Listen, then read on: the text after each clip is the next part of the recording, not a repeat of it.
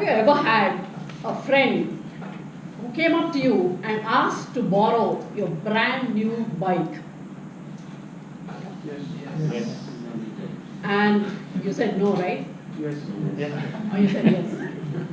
For those of you who said yes, but with heart breaking, I know I don't want to give my brand new bike, but I didn't know how to say no because I may lose a good friend.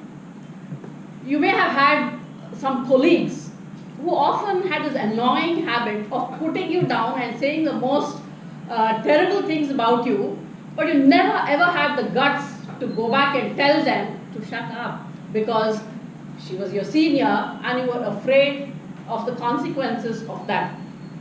Maybe you had a friend who came up to you and said, you know what, can I please stay in your PG for some time till I get my own accommodation, please? And very reluctantly you did say yes, though you wanted to say no. But this person, it was a week, 10 days, 30 days, no sign of moving out from the apartment, and you don't know how to tell her, please find another alternative accommodation, because you're scared again that you'll probably lose a good friend. How many of you suffer from this disease of people pleasing, right? Some of us can say no when I don't want to say yes, and some of us fall prey to this. Now, this is the disease to please, and sometimes saying no can be so intimidating that I just end up saying yes, even though I don't want to. This causes, I say yes, but it causes a lot of distress to myself, and I'll never be able to live through it. And this aggressiveness that I feel, or the frustration that I feel, just get discharged somewhere else. Now, I want to give you a small remedy on how this can be done and how you can assert yourself in your communication with your interpersonal relationships. Now, it's not very hard, but you need to cultivate an art of doing that.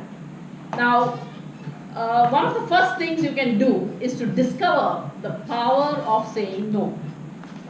It's a power, but so many times we refuse to do that because I agree, because I don't know how to refuse. Okay? So just try and practice this power of no. Now there's this friend of mine who comes up to me and says, oh, today is a Wednesday, let's go out and party because today is ladies' night out, so let's go. I want to say no, but because most often we go there, I hate, there's nothing like happy hours. I hate going to those party, noisy, and most often I end up paying the bill, but I don't know how to say no, and I probably end up going. So the way you can handle this kind of a situation is, you could always say, I know it's a Wednesday, I'm not busy, but I want to let it stay that way. Very polite and simple way you say, I don't want to do it. Or the other thing that you can do is leave your options open. That's the next best thing you can do. Say for example, sometimes you can't say an outright no to someone who's very, very sensitive, because you'll be left with an environment which you can't handle because that person is so sensitive. So, and you'll regret that all your life. So what you could just say is, you know what, I take your suggestions, I'm definitely going to consider them, but right now, let's move on. And you change the topic tactfully as you can, and probably store it for next time. So this is sometimes not easy, because when you leave your options open, sometimes people don't let you just stay that way. So they just persist and try to somehow allow you to give in, and you don't want to. You stick to your guns and say, okay, this time I'm not going to do it. So that's what you need to do to break that resistance you yourself may feel. The third best thing you can do is buy some time. How do you buy time? Most often, sometimes you're so pressurized into saying yes, though I don't want to say yes. Okay? So what you can just do is, sometimes I'm so pressurized, I just say yes, though I know inside there is so much no out, but then I say yes and smiling weakly at it. So what you want to do is say, can I take some time? I'll call you back and confirm the same to you, because that much of thinking time you get, and then you can respond in a more effective manner. But you don't use this as a stalling technique and say, okay, you know what, be wishy-washy about it. So just call her back, and she'll probably respect you for it and say, you know, okay, if not now, next time. So buy some time is always effective, because you get that little time, luxury of time to decide what you actually want to say, and don't pressurize yourself into saying that. The fourth step, simple steps that each one of us can practice, is disagree. It's okay to agree to disagree. There are not everybody at all times I don't have to agree with. But what do you tell this boss who's constantly telling you off, ticking you off, and saying annoying things about you, and how do you disagree with her? Now, disagreement is do it agreeably. Is that very difficult? Do you think we can disagree agreeably? It's about a pleasant face. It's about being calm. It's being very pleasantly saying no is something that each one of us can learn to do. Now, disagreeing with your wife at home may be difficult, but if you practice on a wife, maybe you can do it at your office space as well. So use her as a good practice ground, and a family to use as a good place to practice. So these are simple techniques that we can follow. But always seeing is knowing. So I'm going to do this. Sometimes you're in a weaker position and you still don't know how to say no. Sometimes you're in a stronger position. Sometimes I'm even in a position of authority, but still I suffer from this disease of people pleasing. So I may not be able to say it even if I hold a position of authority. So I'm this head of the department at my college, but I have this very disgruntled faculty who's always ready to say no to anything that I say. So she's very inflexible, very rigid, and somehow has this contagious, this one of saying no and making the workplace a not so pleasant place to work. So I'm going to call this difficult friend of mine, my faculty, to come and demonstrate how we can, or how we tried sorting this out. So my person of the day is Jyoti again. Yes, Jyoti, was there something that you wanted to talk to me about? Yes, ma'am. You see, these students are not listening to me. I'm telling them that they have to complete their assignment and bring it to me, and they're not listening to me, and I think I should call their parents or punish them, or I don't want to take that class.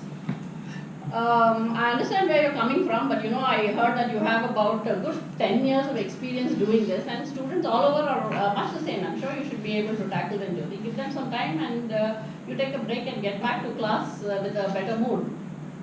No, my mood is good. These students, they don't let me be in a good mood.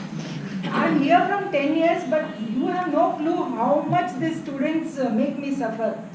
And because of these students, I've got many health issues. Now I do not have the patience for them.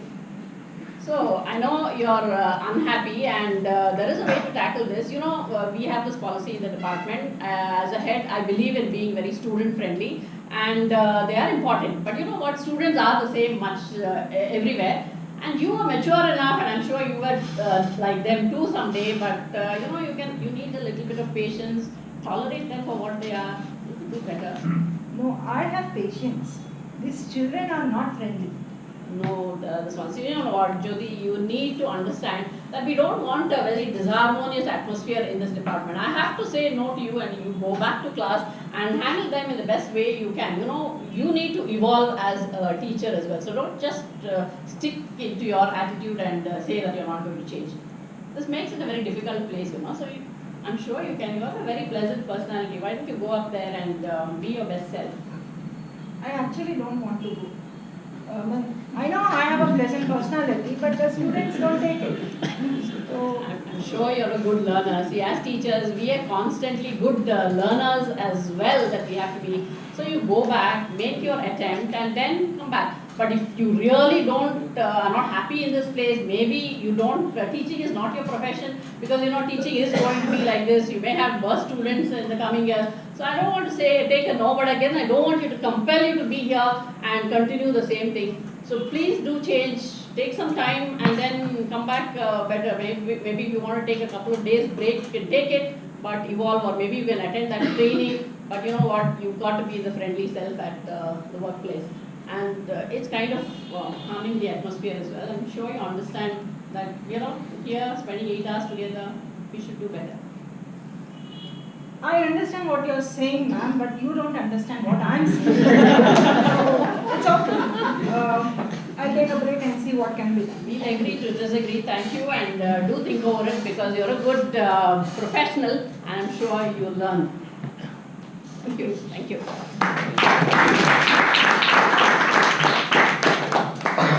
So,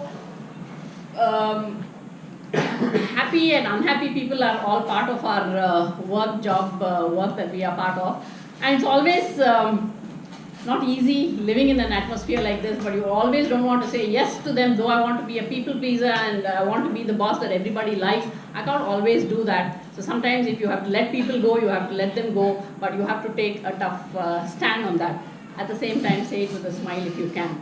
Now, on that simple things that we can make our life better, less stress, by being assertive and saying no when you want to say no. Be pleasant, be calm, put forth a direct solution, see the consequences, state your needs and your feelings, and make sure that the other person understands where you're coming from. So, but one note of caution, which reminds me of this little story of this woman, a middle-aged wife who's telling her husband, who's soon to retire, and she says, you know what, honey, if you want to really get that promotion at work, you have to develop an assertive attitude. But just make sure you don't bring that attitude back home.